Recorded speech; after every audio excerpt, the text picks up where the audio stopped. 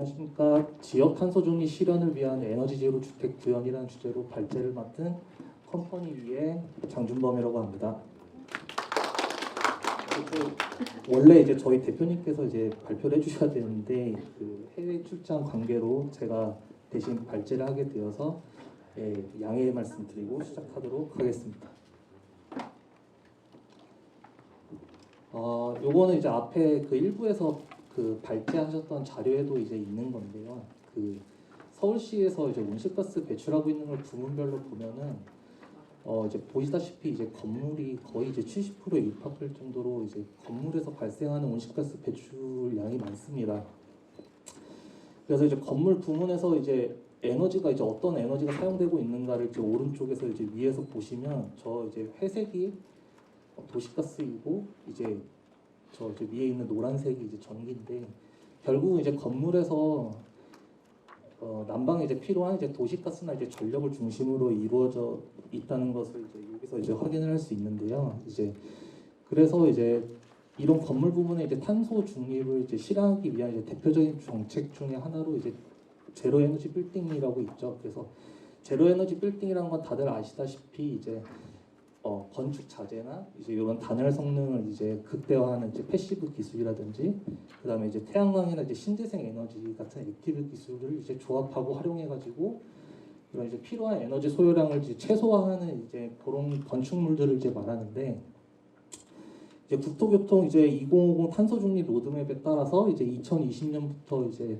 연면적 1000 이제 제곱미터 이상 공공 신축 건축물 시작으로 이제 단계적으로 의무화를 추진해서 2024년, 24년, 25년, 30년, 50년 이제 단계적으로 계속 이렇게 이제 그 범위와 이제 그 기준이 점차 강화되고 확대되고 있다. 이제 그런 상황입니다. 그래서 이 앞에 보시면 이제 뭐 등급에 대한 게 있는데 그 등급을 말하는 게 결국 이제 에너지 자립률을 말하는 건데 에너지 자립률이라는 거는 이제 건물의 단위 면적당 소비량 대비 이제 생산한 양의 이제 비율을 말하는 건데 결국은 20%가 이상이 돼야 이제 그 제로 에너지 건축물이라는 걸 인증해주는 그 등급에 대해서 부여받을 수 있습니다. 그래서 그거 말고도 이제 뭐 뱀스라고 하는 이제 건물 에너지 관리 시스템을 설치를 한다든지 원격 펌칭 전자식 계량기를 설치한다는 방법으로 제로 에너지 건축물에 대한 인증을 이제 받을 수 있는데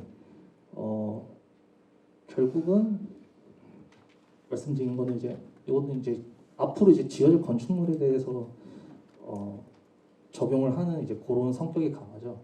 그래서 요거는 이제 제가 통계청에서 이제 좀 찾아서 이제 가져온 자료인데 서울시에 있는 건축물에서 주거용이 거의 75%를 차지합니다.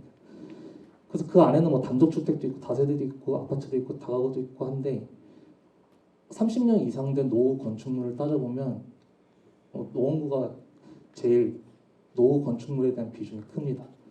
그래서 그거를 좀 더 자세히 뜯어보면 공동주택은 유형이 여러 개가 있지만 그 중에도 이제 아파트가 저렇게 비중이 크다.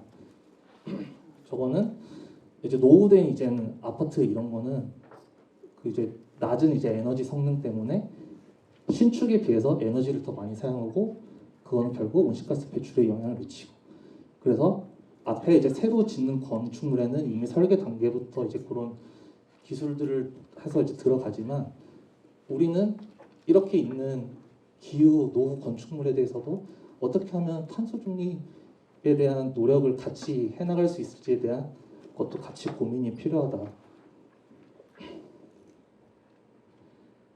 네, 그렇습니다. 그래서 이제 제가 이제 말씀드리고 싶은 거는 이제 AMI라고 하는 거에 대해서 이제 말씀드리고 싶은데요. AMI라는 건 뭐냐면은 이제 들어보신 분도 계시겠지만 어드밴스드 메터링 인프라스트럭처라고 해서 우리나라에서는 이 단어에 대해서 혼용을 하고 있습니다. 원격 검침 시스템이라고 하는 분도 계시고 지능형 검침 인프라라고 하는 분도 계시고 각자 다 각기 사용하는데 이건 뭐냐면 한마디로 전력 계측 시스템입니다. 근데 이게 왜 의미가 있냐면은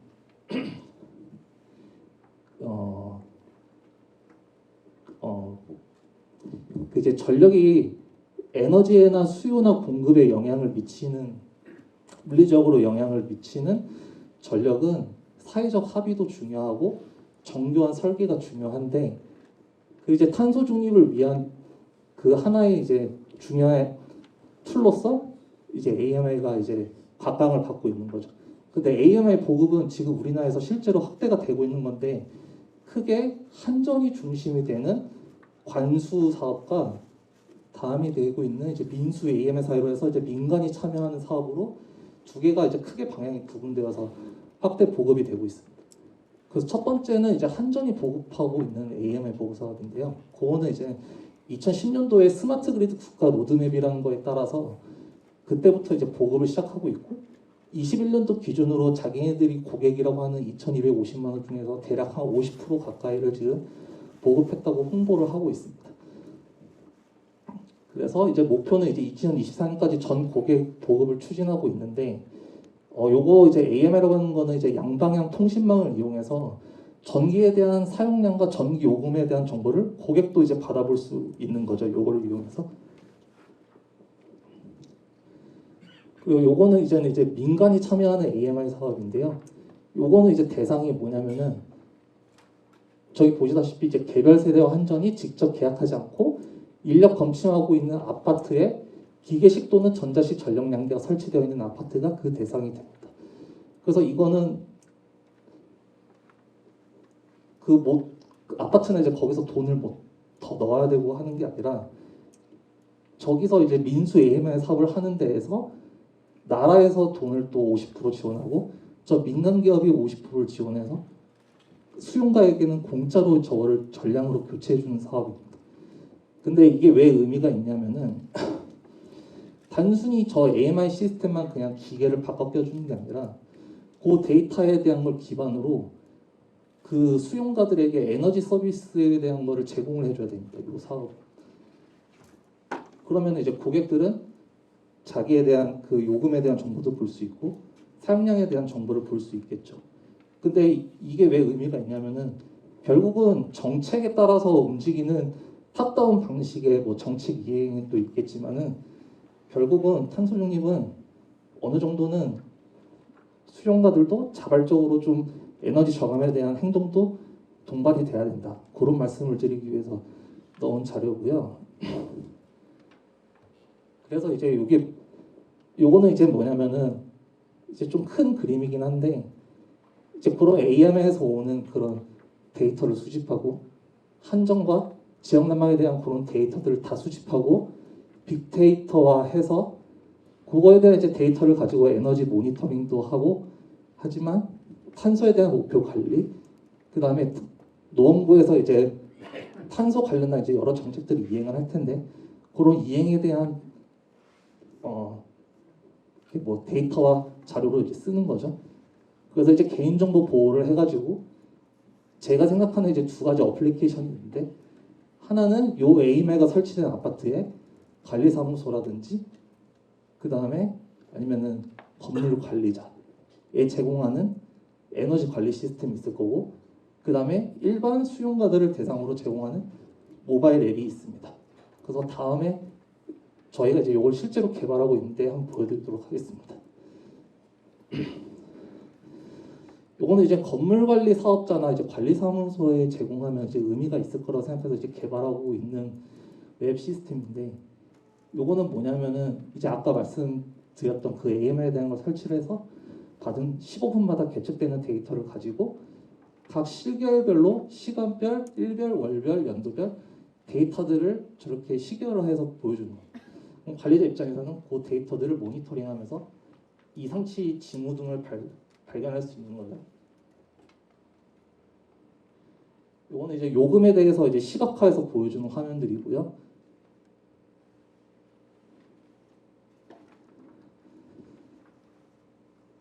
요거는 이제 AM의 에너지 원별로 그 사용량에 대해서 시각화해서 보여주는 화면입니다.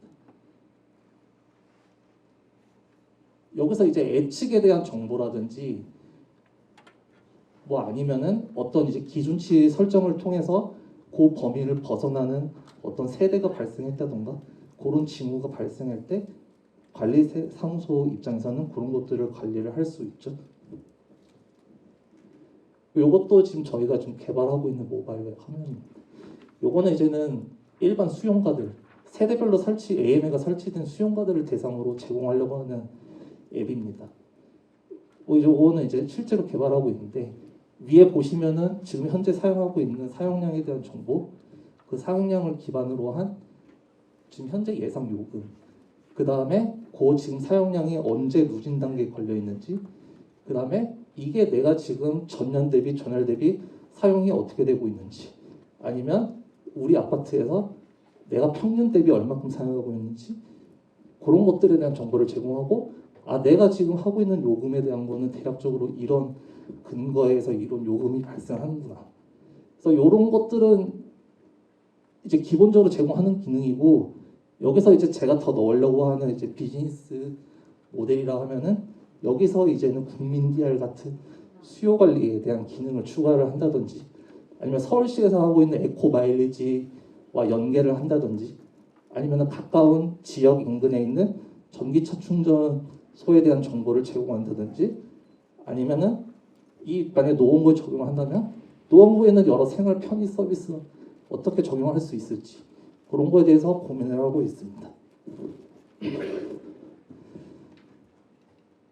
그리고 이제 요거는 이제 제로 에너지 커뮤니티라고 해서 앞에 이제 계속 설명드린 요거는 이제 지금 현재 이제 우리나라에서 열심히 한전도 그렇고 민간 컨소시엄에서도 그렇고 열심히 이제 보급을 해서 어떻게 하면 이제 에너지 서비스를 제공할 수 있을까?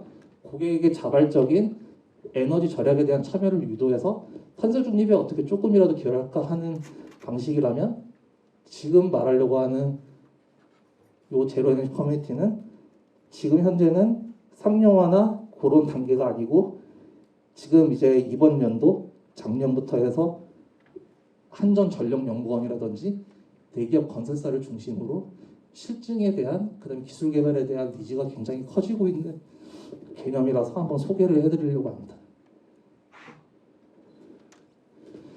그래서 요 개념이 나오게 된 먼저 배경은,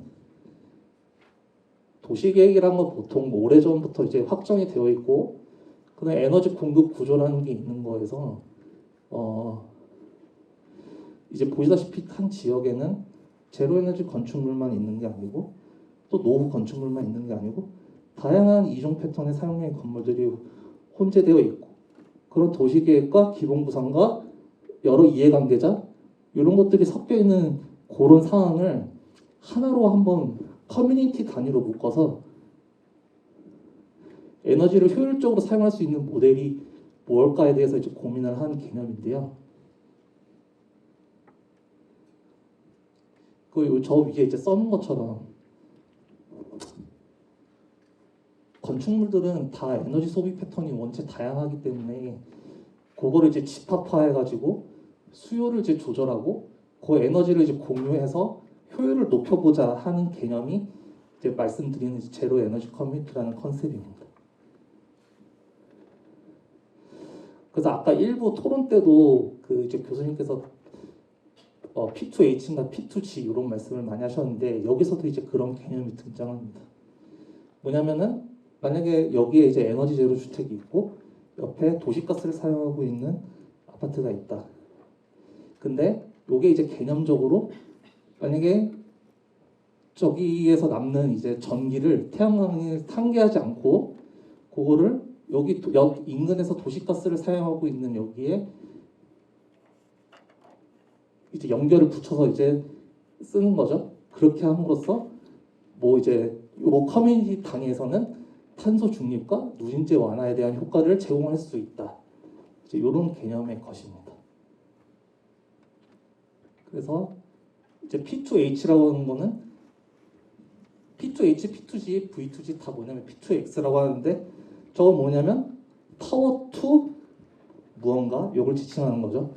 그래서 P2H는 파워 투 힛 열이고, P2G는 파워 투 가스, V2G는 베이클 투 그리드. 그래서 이제 이런 이제 전력을 다양한 형태로 이제 변환을 시켜가지고 그거를 이제 활용을 하는 거를 말합니다. 그런 기술들을 말하는 거.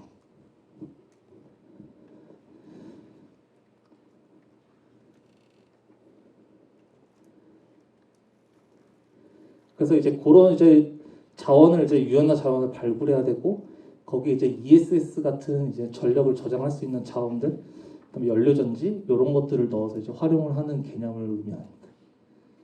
그래서 요거는 이제는 그림을 이제 다시 한번 정리해서 이제 그린 건데, 이게 지금은 뭐 어디도 이거에 대해서 성공을 해서 실제 뭐 재건축이나 어떤 커뮤니티에서 적용하는, 지자체에서 적용하는 모델이 되지는 못하고 있습니다. 왜냐하면 지금은 연구개발 단계니까요. 그래서 보시다시피 커뮤니티 단위로 이종 패턴에 보이는 건물 단위로 커뮤니티 단위로 묶고 그 인근에 있는 분산형 전원, 뭐 ESS라 같은 저장 설비 저런 것들을 이제 활용을 해가지고 서로 간에 그 전력, 잉여 전력을 서로 옮기고 해서 활용을 하도록 하는 이제 그런 개념의 모델인 거죠.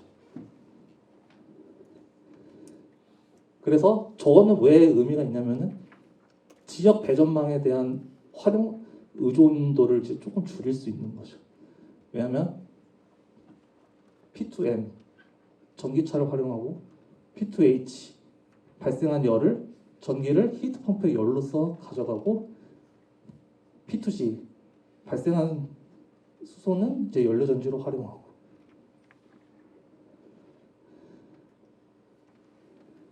그렇습니다. 그래서 제가 두서없이 좀 얘기했는데 이제 정리해서 다시 한번 말씀드리면은 이제 제로에너지 빌딩 신축 이런 이제 수단과 이제 정책들은 이제 굉장히 좋은 정책이고, 하지만 이제 시간과 비용이 이제 굉장히 많이 드는 이제 중장기 성격의 감축 수단이고, 이제 아까 보시피 기존에 이제 저변화되어 있고 이미 있는 노후화 주택과 기존 주택들도 어떻게 같이 활용할 것인가, 그런 단기 감축 수단도 이제 최대한 발굴하고 병행하자, 그 말씀을 이제 드리고 싶었던 거고, 뭐 당연히 아시다시피 이제 건물 전체 에너지 소비량을 신재생으로만 이제 그거를 컨버트하는 건 이제 굉장히 어렵잖아요.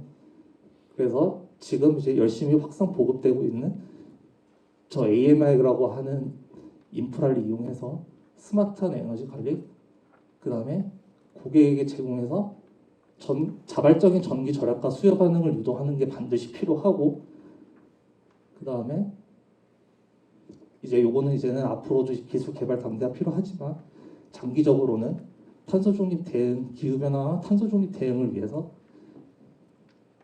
한 번쯤은 생각해볼 그런 솔루션이 아닌가 해서 한번 소개를 드려봤습니다. 네, 발표는 여기까지 하겠습니다.